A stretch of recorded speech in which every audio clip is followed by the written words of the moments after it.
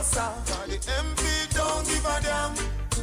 Where you get that system you from? Don't say me live on Scotland. Joe, me don't rich like Matalan, no sir. Me a born Jamaican. Me nah have nowhere to go. Me born and me grow, yeah, so inna the ghetto. Bigger heads, beg you a blind now. Me can't buy a house up a Cherry Garden. Ashes to ashes, and dust to dust. The tribulation inna the ghetto is a must. Never qualified in a housing trust. Come lose all of my money in a cash box, but me know. I'll drop this one right after the evening's announcements right here. Time check in the studios of your nation station, DBS Radio. It's 6 o'clock.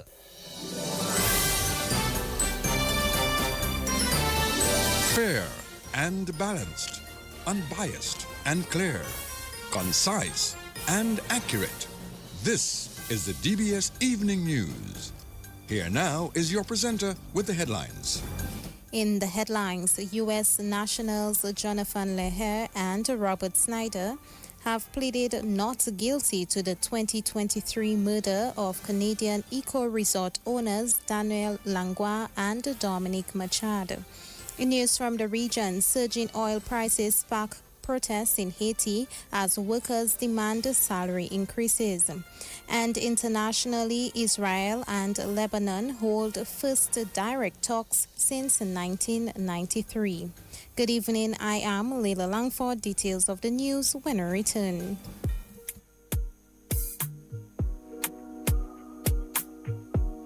The first round of the DBS Radio, Felix Henderson, Ministry of Education, National Reading Competition begins on Wednesday, April 15. The Paybush Primary School will host leg 1 of the competition. The schools participating in this round are Temple SDA, Lighthouse Christian Academy, Wesley Primary, Paybush Primary, Benz Primary, Concord Primary, Woodford Hill Primary, and W.S. Stevens Primary School. This year, the focus is on reading and literature as the competition celebrates 16 in 2026. Join DBS Radio on Facebook, YouTube, and DGTV 50. Support a student, a school, a community. Support the initiative. Join DBS as the competition kicks off on Wednesday, April 15 at the Paybush Primary School.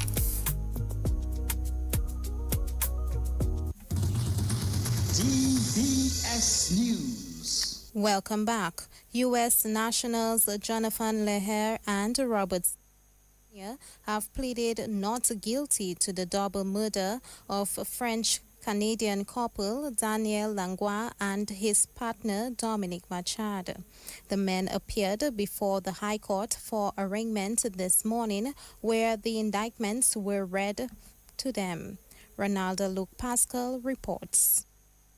At the hearing, Attorney David Bruni informed the court that he was holding papers on behalf of Attorney Alberton Richelieu of St. Lucia, who represents Snyder Jr., while Attorney Tihani B. Hansen appeared on behalf of Lehr. Counsel B. Hansen applied for an adjournment, submitting that the accused were served with the deposition 2 days late. On that basis, he requested that the matter be adjourned until Friday for the indictment to be read. He further indicated that the defense had filed an application of abuse of process in respect of both accused. In response, Director of Public Prosecution Shima Durampel rejected the claim of late service, citing the criminal law and procedure rules. She informed the court that the indictment was filed on March 26, 2026, and that both the indictment and deposition were served on the accused men on April 7, 2026. The DPP submitted that Rule 11.12 provides for service of the indictment and deposition within 14 days, and the prosecution, she said, was well within that time frame. She further noted that pursuant to Rule 11.15, arraignment must occur within 21 days of filing of the indictment. She added that proceeding with the arraignment would not prejudice the defense, as the abuse of process application could still be pursued. During the exchange, the presiding judge, Justice Shigella McDowell, sought clarification from both accused as to when they were served. Both men confirmed that service was effective April 7, 2026, consistent with the DPP's submission. Justice McDowell subsequently ruled in favor of the prosecution, finding that the procedural rules had been complied with. 2 counts of murder were then read to both Lair and Snyder Jr. The indictment alleges that between November 29th and December 2nd, 2023, at Bois-Côtelet in Soufrière, the accused men murdered Daniel Langlois and Dominique Merchant, a French-Canadian couple and owners of eco-resort Colibri Ridge. According to police reports, their bodies were discovered in a burned vehicle near Galion after they had been reported as missing. Both Lair and Snyder Jr. pleaded not guilty to the charges. The court further directed the defense to file their affidavits and draft orders in support of their abuse of process application by April 17, 2026. The prosecution is to respond by April 24th, with both parties required to file written submissions by April 29th. The accused men are scheduled to return to court on May 1st, 2026 for the application hearing, with the ruling set for May 4th, 2026. Additionally, the DPP indicated the prosecution's intention to file a fiat to enable senior counsel Thomas Astafans to conduct the case on the state's behalf. Ronaldo Luke Pascal reporting for DBS News. Our thanks to Ronaldo Luke Pascal for that report. Long-serving member of the Roseau City Council, Lucibel Matthew, will be the new mayor for Roseau. She was elected mayor unanimously when members of the new council met on Monday. The mayor-elect, who replaces Sandra Ermin-Royer, says she is grateful for the level of support from the council and the general public as they prepare to put plans in place to deliver for residents of the city. As mayor-elect, I feel truly blessed, deeply honored, and incredibly grateful to Almighty Yahweh, my fellow councillors, the residents of Ward 4, for having placed their confidence in me, for the opportunity given to serve. This is not just an opportunity for me, but for my community and people of Fankole, being the first mayor-elect to come from this community. Seated with the new council to review some of the plans and programs that were proposed during the election campaign. Some candidates had very good plans, and they are feasible and can be implemented on the short term. So we'll be reviewing some of these plans and to get these implemented in the shortest possible time. Sanitation of the city is also key and forefront, because too many times we hear a person saying that Roseau is smelling, but it is not that council is not working. Likewise, Sonia Felix later and her team, they try their best to keep the city in a good standing. But some persons are not aware of the composition of the drains in the city that does not always allow for the free flow of wastewater. So we have to do things differently, and we have to find ways and means of finding a resolution, sanitizing the city more often, doing more regular flushing, more cleaning.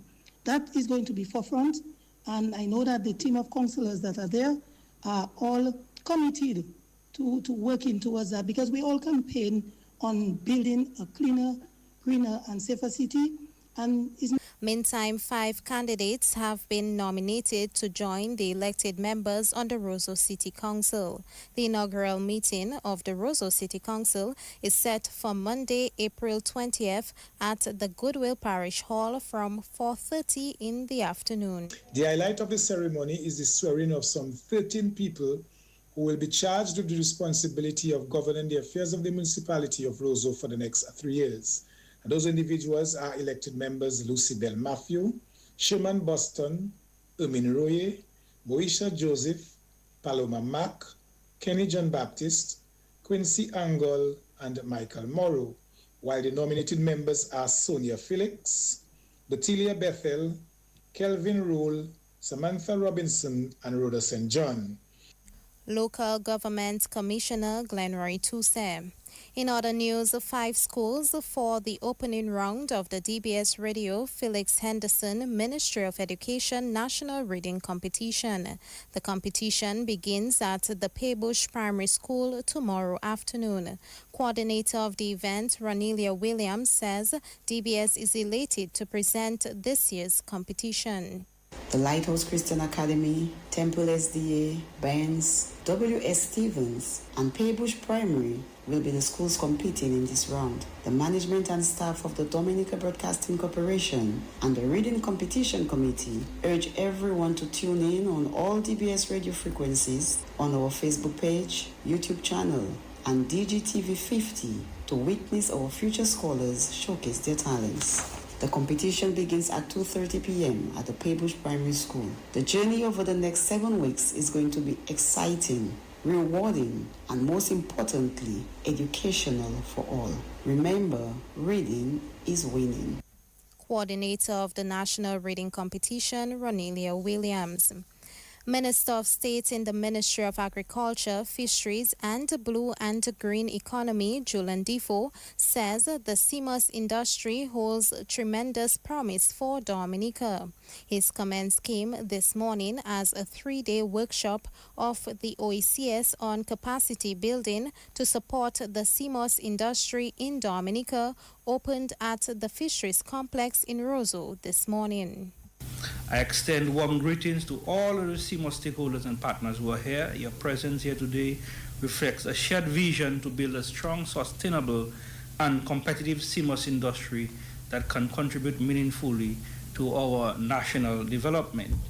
Of course, as Minister with the responsibility for fisheries and the blue economy, I am proud to see the growing interest in Seamoss across Dominica. And in my time, we did not have apart from the occasional people who harvested wild Seamoss in Calibishi, in Marigot, this was only a limited few. Now we have people propagating Seamoss purposefully. This sector holds tremendous promise. It is not only an avenue for income generation, but also a strategic opportunity to diversify our economy, strengthen climate resilience, and create a new pathways for youth and women in particular. Seamoss is a natural fit for our blue and green economy agenda. It requires relatively low input for those of you who are involved and offers significant potential for value addition, from raw products to gels, drinks, cosmetics, and other high-value goods. The global brand continues to rise, and we must position Dominica to take full advantage of these opportunities. Minister of State in the Ministry of Agriculture and Blue and Green Economy, Julian Defoe.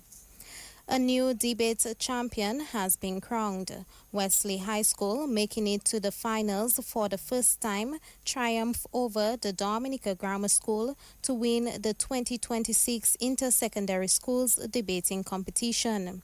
The finals took place this morning at the Truth and Grace Fellowship Global. The debate topic was Dominica should amend its Sexual Offences Act to allow for the limited publication of the identities of accused sexual offenders in the public interest. Hepzibah Adimola of the Wesley High School received the award for Best Rebuttal, while Nayola Allen got the award for Best Speaker. Honestly, to me, I feel very happy because this was my last year in West High School, and I just really wanted to make a great impact with my colleague, and she did very well. We worked together. We always work together, and I felt like we were a strong team, and we brought it home to our school. We know that the topic that you all have, a controversial topic, and you all were on the opposing side of such a strong topic. Can you just tell us the preparation going in, any nerves coming in with this kind of topic, and overall with the competition? When we first got the topic, we felt like, gosh, this is a lot actually. And then during the holidays, we had to work on it, have meetings, just change a lot of things, make a lot of corrections. And I mean, there are times we feel like we don't even understand anything anymore. So, but I think we did it. I'm going to turn to you. How do you feel like this competition has helped you, and it can advance in terms of what career path that you have, a competition such as this? All right, so my career path is not determined as yet for me, but I believe it will help me to be more, help me in my public speaking, help me to express myself in a better way and express myself in such a way that people can understand me. But overall, I feel like it has had a great impact on me. Debaters of the Wesley High School. Meantime, Lydia Charles and Michaela Benjamin represented the Dominica Grammar School. I mean, we had some big shoes to fill, but we really enjoyed it. We had fun. We really tried our best to practice and learn everything. So we are thankful that even if we did not win, we really came up to the finals. So we're really happy about that. So There were a lot of nerves, yes, because we were the winners before, and to lose the title, it will be, But there was a lot of nerves, but we overcame them and we delivered from our practice. I feel like the countless practices, it helped us to be better, and we didn't reach that far for nothing. Lydia Charles and Michaela Benjamin of the Dominica Grammar School. The Dominica Guild of Cuban Graduates and the Dominica Cuba Friendship Association are mourning the passing of longtime member Max Dennis Andrew. Andrew, who died on February 22nd, will be laid to rest on April 15.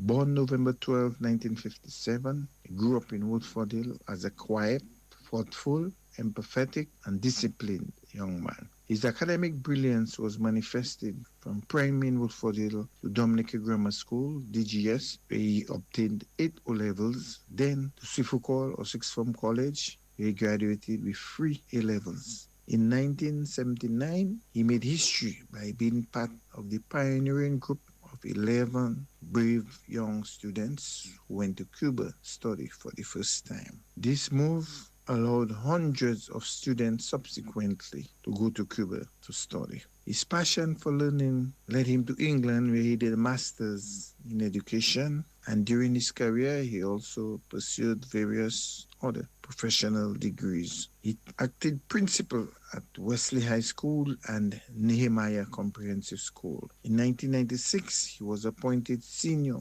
planning officer in the Ministry of Education and continued to lecture at the University of the West Indies Open Campus, at the Lead Institute, and also at the Dominica State College, where he was nicknamed the walking encyclopedia by his students. His legacy lives on. He has inspired many of us by his discipline, dedication, pursuit of excellence. We will be having a Zoom memorial in his honor on April 14th at 7 o'clock, and he will be laid to rest on April 15th at 2 p.m. at the Wesley Catholic Church. May his soul rest in eternal peace.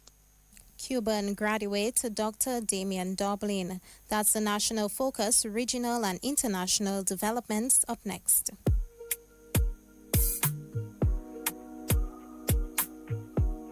The first round of the DBS Radio, Felix Henderson, Ministry of Education, National Reading Competition begins on Wednesday, April 15. The Paybush Primary School will host leg 1 of the competition. The schools participating in this round are Temple SDA, Lighthouse Christian Academy, Wesley Primary, Paybush Primary, Benz Primary, Concord Primary, Woodford Hill Primary, and W.S. Stevens Primary School. This year, the focus is on reading and literature as the competition celebrates 16 in 2026. Join DBS Radio on Facebook, YouTube, and DGTV 50. Support a student, a school, a community. Support the initiative. Join DBS as the competition kicks off on Wednesday, April 15 at the Paybush Primary School.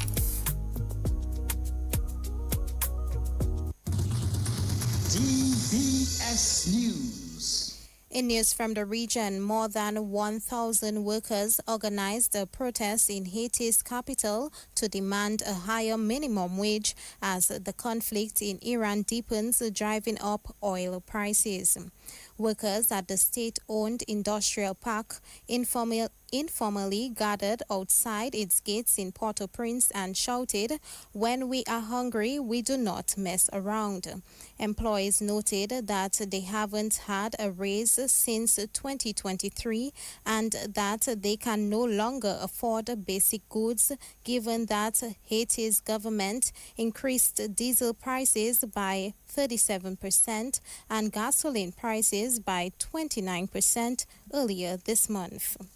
And internationally, Lebanon and Israel have held their first diplomatic talks in over 3 decades, a rare encounter aimed at ending fighting between Israel and the Iran-backed Hezbollah group.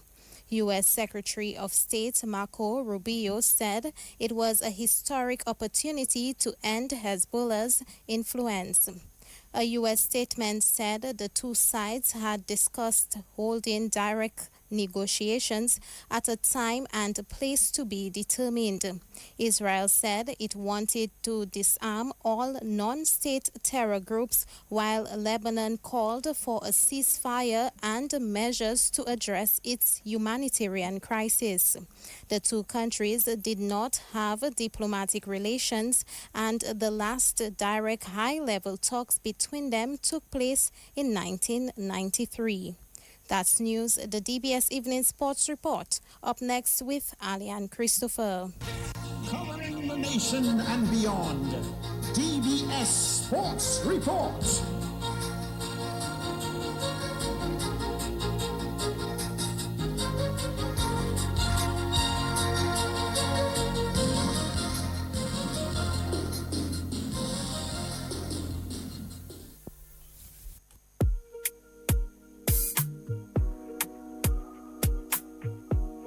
The first round of the DBS Radio, Felix Henderson, Ministry of Education, National Reading Competition begins on Wednesday, April 15. The Paybush Primary School will host leg one of the competition. The schools participating in this round are Temple SDA, Lighthouse Christian Academy, Wesley Primary, Paybush Primary, Benz Primary, Concord Primary, Woodford Hill Primary, and W.S. Stevens Primary School. This year, the focus is on reading and literature as the competition celebrates 16 in 2026. Join DBS Radio on Facebook, YouTube, and DGTV 50. Support a student, a school, a community. Support the initiative. Join DBS as the competition kicks off on Wednesday, April 15 at the Paybush Primary School. Good evening, I'm Alian Christopher of the DBS Evening Sports Report. The national women's football team earned their first point in the CONCACAF Women's World Cup qualifiers as they played to a draw with Antigua on Tuesday afternoon in St. Lucia. The ladies entered the match coming off defeats to Jamaica and Guyana, but looked promising in the first half against Antigua. It was end-to-end action in the first 45 minutes, with both keepers being forced into some tough saves. Lovely incisive feed to the edge of the area. Shot is saved. Rebound. Saved again. Diamond Daniel with a double save for Dominica to keep the game level. Great ball into the middle towards the penalty spot. It's saved. Rebound is saved again. Jarvis. Anique Jarvis does the same thing at the other end. Now Toloch gets to deliver. It's a really good ball in. Oh, the header is headed off the line and caught by Jarvis. In the second half, Diamond Daniel was again called into action, and Trinity Esprit put Dominica in front. Another chance here with Drew for Antigua and Barbuda. She gallops past one. That's into the middle. Oh, and another big save by Daniel. But then she plays a lovely ball in behind here. Dominica are in. Oh, and this time they score. Dominica finally break through. It's their first goal in the group stage. And it's a captain's goal from Trinity Esprit to give Dominica a 1-0 lead. Not a moment too soon. Again, it's sent upfield. Lovely give and go with D'Souza here. And D'Souza's in behind. Gabrielle D'Souza, brought down in the area and wins a penalty. It's going to be Kai Jacobs for Antigua and Barbuda to take this all-important spot kick. Jacobs goes head-to-head here with Diamond Daniel, who's had a great game for Dominica. We're ticking down towards the final 3 minutes, plus stoppage time. Jacobs scores. In the end, the match ended 1-1. Dominica, however, still remains at the bottom of the group. Dominica's next match will be against Nicaragua on the weekend. The Dominican batters didn't stick to the plan as they failed to fire as Dominica went down to St. Lucia as the Windward Islands under-19 cricket tournament continued Tuesday at the Benjamin Park. The bowlers put Dominica in a good position, but the batters crumbled as St. Lucia won easily. St. Lucia were bowled out for 162 in 42.1 overs, batting first. Jonathan Daniel top scored 52 and Royston Farnes made 25. Kellan Christmas took 3 for 8, Aidan Burton bagged 2 for 36, and Nian Davis picked up 2 for 35, bowling for Dominica. Dominica in reply never got going and were bowled out for 73. Nian Davis got 21, Aidan Burton got 13. Neil Poyet took 4 wickets for 11 runs. St. Lucia won by 89 runs. Dominica's captain Arsenio Fontaine says the team has to put the poor performance behind them and get ready for the next game. Well, you're not going to have them days all the time, can't score every day, but such is life, and you have to just look past it and continue in the future. Before this defeat today, Fontaine, you had a perfect record, 2 victories of as many matches, but today wasn't to be. Well, like I said, such is life. We just have to continue, do our best, keep going, and look towards the game against Grenada tomorrow and go and get a victory. Dominica's captain Arsenio Fontaine. Neil Poyet was named man of the match. In the other match, St. Vincent registered their first win with a victory over Grenada at the Geneva playing field. St. Vincent were bowled out for 169 batting first. Kevin Joseph led the all-scorers with 41 and OZ Edwards had added 21. Jayon Henry picked up 5 for 32 for Grenada. Grenada were bowled out for 107. Jayon Henry got 28. Casado Henry bagged 6 for 28 for St. Vincent. St. Vincent won by 62 runs. The tournament will continue on Wednesday with Dominica playing Grenada at the Benjamin Park and St. Lucia play St. Vincent. Sunil Ambris got his first century in this year's CWI Regional 4-Day Tournament, but the Windward Island bowlers are going to have a job to do if the Volcanoes are to beat Guyana. The Volcanoes batsmen struggled on day 3, and the bowlers will have to rescue them on the final day if the Windwards are to win the match. The day 3 highlights: Guyana resuming from an overnight score of 257 for 9, were quickly bowled out for 264. Kemal Savary top scored with 77, and Tashno and Shandapal added 70. Gillon Tyson picked up 5 for 69, and Kenneth Demba 3 for 48 for the Volcanoes. The Volcanoes, in reply, were under pressure at 19 for 4 before Sadrak Descat and Sunil Ambris led the recovery. The Volcanoes eventually got to 209 all out. Ambris made 107 not out. Descat added 39. Gadakesh Muti took 4 for 46 to finish with a match haul of 10 wickets. Chasing 232 to win, the Guyana team were 38 for 1 at stumps on day 3. The scores heading into the final day: Windwards 286 and 209 all out. Guyana 264 and 38 for 1. Guyana needs 194 more runs to win. Meantime, Amir Django hit a double century as Trinidad hammered the Leeward Islands Hurricanes by an innings inside 3 days. Trinidad declared their first innings on 506 for 5. Django was not out on 203. Terence Hines was 100 not out. Joshua Da Silva added 62. The Leewards batting a second time were bowled out for 98. Justin Greaves got 56 not out. Carrie Pear picked up 4 for 37. The final scores: the Leewards won 138 and 98. Trinidad 507 for 5 declared. Trinidad won by an innings and 271 runs. And Barbados has pushed their lead past 200 in their final match with Jamaica.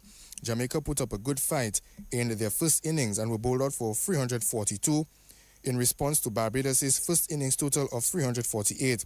Barbados batting a second time. They are 255 for 5. Shane Mosley got 65 and Craig Brathwaite 44. The scores, well, heading into the final day: Barbados 348 and they are currently 255 for 5. Jamaica, they made 342. At stumps, Barbados lead Jamaica Scorpions by 261 with 5 wickets remaining. The Dominica State College handed the Portsmouth Secondary School a solid beating as the Sports Division Secondary Schools Under-20 Girls Basketball Tournament continued Tuesday at the Windsor Park. State College won by almost 100 points, winning the match 114 to 10. Kenya John, 24 points. And Neabel Paquette, 20 points. Natalia Dawe got 18 for the State College. Meantime, in the boys division, the Northeast Comprehensive got the better of the Orion Academy at the Marigot Hat Courts. Northeast Comprehensive won 54-32. Deshaun Jacobs scored 18 for the Northeast Comprehensive School. The National Under-16 netball team will be hoping to avoid a third straight defeat in the Caribbean Netball Association's Jean Pierre Under-16 tournament in Trinidad as they take to the courts later tonight. The national team has suffered losses to St. Lucia and Barbados in their first 2 matches. They will challenge host country Trinidad as that tournament continues tonight. Tip-off is at 7 p.m. The government of Antigua and Barbuda has given the green light to Cricket West Indies for the construction of a high-performance centre in Coolidge. The state-of-the-art cricketing centre is expected to cater to teams outside of the West Indies. CEO of Cricket West Indies, Chris Daring, says this will be a game-changer in the region. So we're going to be building out that high-performance center. It is going to be equipped with the very latest in high technology for cricket training, etc. It's going to be available not just for the West Indies team, obviously, which is our first port of call, but for teams around the world to come here and train and develop. That includes a sports science lab. It includes recovery and relaxation and wellness facilities. CEO of Cricket West Indies, Chris Daring. The project, which will be implemented in phases between 2026 and 2030, will see the redevelopment of the 20-acre campus in Coolidge, now solely owned by CWI, to create a fully integrated ecosystem for elite cricket development, sports science, education, and commercial activity. President of the Dominica Cycling Association, Ronald Charles, says a return to the OECS Championships is on the cards for 2026. He says Dominica is hoping to participate in the competition, which is set to get underway in May. That we have some regional tournaments coming up in May month and thereabout. We have the OECS championships. After a long time, we're now making a comeback. It will be held in Antigua, and of course we're looking at sending the national champion and maybe 1 or 2 other riders, including masters, to participate in this event. We are hoping that we dominate and we do what we have to do to make Dominica proud. President of the Dominica Cycling Association, Ronald Charles, he also says coaching and mechanical courses will be on the agenda for the sport in 2026. One is our coaching, commercials, and our mechanical courses. We have engaged our international body and we have gotten our solidarity project approved. So we will have some persons doing mechanical courses. One of our mechanical person or one of our technicians will be going into his second phase. And this is very important for us for the development of the sport. So we want to say congratulations to him. Of course, Mr. Prosper is also the General Secretary of the organization, of the Dominica Cycling Organization. So he'll be going into his second phase. And once that is completed, we'll be getting much more upgraded bikes for our local riders as part of our solidarity program. So we're looking at coaching, we're looking at commercials because we believe that is important too.